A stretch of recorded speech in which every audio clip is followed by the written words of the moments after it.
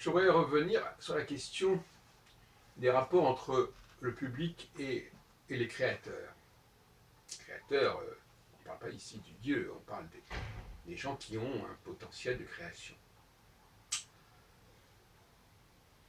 Je simplifierai les choses en disant que quelqu'un qui veut être créateur doit être historien aussi. C'est-à-dire qu'il doit retrouver le fil de la dynamique créatrice à travers les temps. Il est donc tout à fait normal qu'il prenne connaissance des œuvres du passé. Que ce soit dans le domaine musical, dans le domaine artistique, dans le domaine philosophique, dans tous les domaines, et notamment dans le domaine politique. On voit mal un homme politique ne pas avoir une certaine connaissance de l'histoire de son pays et de l'histoire du monde en général. En revanche, les personnes qui n'ont pas vocation à être créateurs, notamment les femmes, elles doivent être complètement dans le présent. C'est ça la différence. Le créateur doit se situer dans une diachronie, il doit être le prolongement, la continuation, mais avec de nouveaux moyens, bien entendu, de nouvelles modalités, d'un élan qui est déjà millénaire, en quelque sorte. Et donc, il doit y avoir une culture historique, une culture qui se situe, qui englobe plusieurs siècles. Mais ce n'est pas en revanche souhaitable pour les femmes et plus globalement pour les non-créateurs, ou ceux qui ne le sont plus, peu importe. Ceux-là, ils ont une autre responsabilité, qui est tout simplement de prendre connaissance de ces créations qui émergent sous leurs yeux. Ce qui n'est pas, c'est le cas. On a beaucoup trop de femmes, pour ne parler d'elles, qui continuent à apprécier les œuvres du passé, à aller au concert, etc., et qui ne s'intéressent pas à la création contemporaine. Et là, il y a une grave lacune, et il y a une grave erreur d'aiguillage.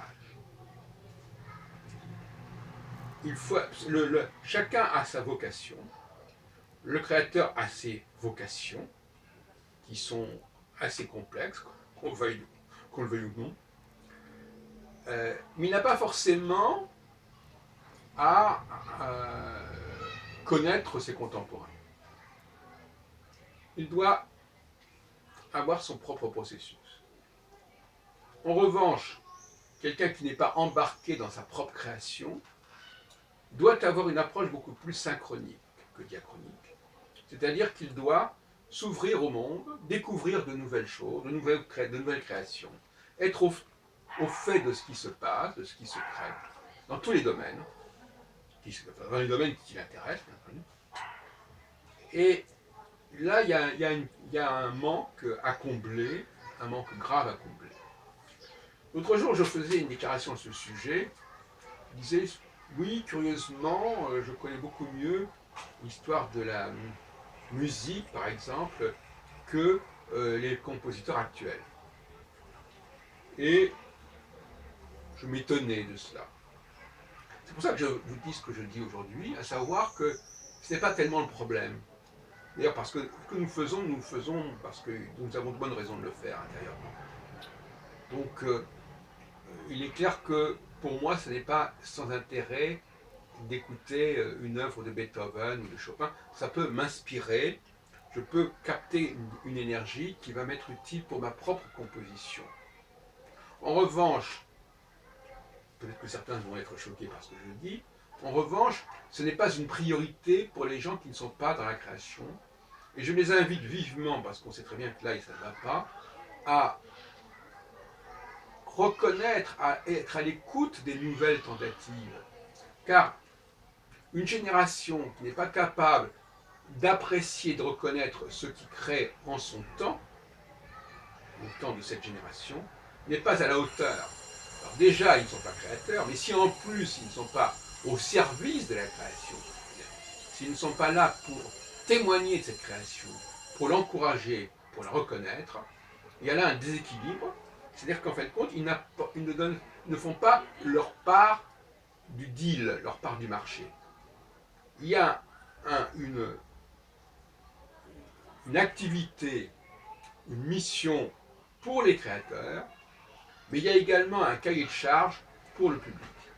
Et il faut absolument que ce public accueille généreusement de nouveaux créateurs, leur permettent d'ailleurs de vivre aussi, pourquoi pas, contribuent d'une manière ou d'une autre à ce qu'ils puissent poursuivre décemment, dans des conditions décentes, leur recherche créatrice. Il y a là une démission, il y a là une inconscience de la part du public. J'emploie le mot inconscience sciemment, parce qu'actuellement je travaille beaucoup sur la notion de prise de conscience, mais dans un sens beaucoup plus sérieux que celui qu'on attribue généralement à ce mot. Prendre conscience de son rôle, de ses limites et de ce qu'on peut apporter.